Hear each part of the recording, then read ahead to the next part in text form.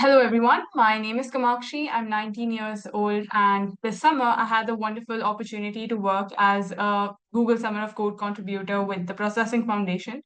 My goal with this project was to create an editor that keeps you in your creative flow and to make coding feel smooth, focused, and enjoyable, and helps you stay immersed in what you're doing without interruptions.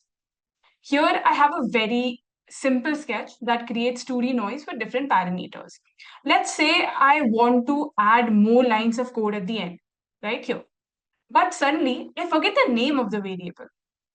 Was it scale noise or noise scale? No worries. The autocomplete hinter now suggests that it was noise scale. It reminds me that it was noise scale.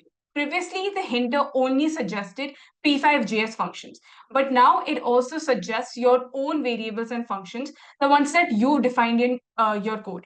This means you don't have to break your focus to go back and check. You can keep coding smoothly and stay completely in your creative rhythm. Now, let's imagine I'm a complete beginner. Suppose I accidentally put the draw function inside the setup function, which is definitely a mistake. The editor now instantly warns me about this. Instead of getting confused or spending time debugging, I immediately understand what went wrong and can fix it right away. This feature helps you learn from your mistakes while staying confident. Now let's talk about context-aware renaming.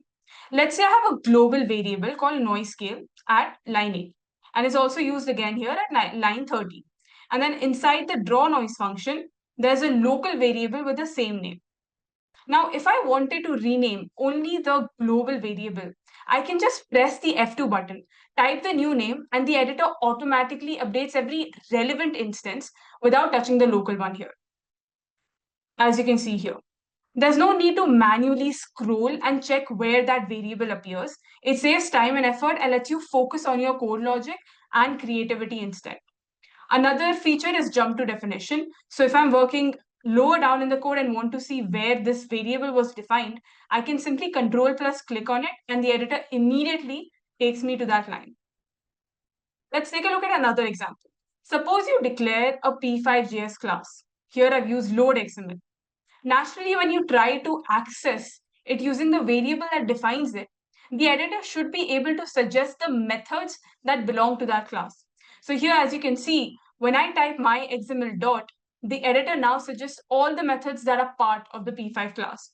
And this functionality is not just limited to P5 classes, it also works for user-defined classes. For example, here I've created a custom class ball with two methods, update and display. And when I type ball dot, it rightly suggests me the two methods. This is context aware, smart, and helps you code faster. Another very important part of this project was accessibility. Creativity should be for everyone, no matter their background or physical ability.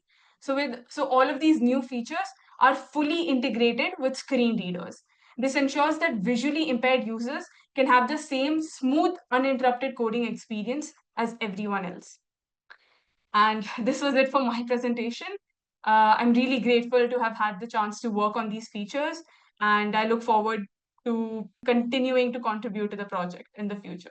We're going to move into a question that Dia, your mentor, has prepared for you. She asks, your project has brought great enhancements in accessibility and developer experience. Compared to professional IDEs that support multiple languages, what features do you think future contributors should focus on developing? I think future contributors can really focus on bringing in features that make the P5.js web editor feel as empowering as professional IDEs, while still keeping it simple and most importantly, creativity driven. For example, things like real-time collaboration where you're able to code together, share sketches instantly, or even see live cursors like in VS Code's live share.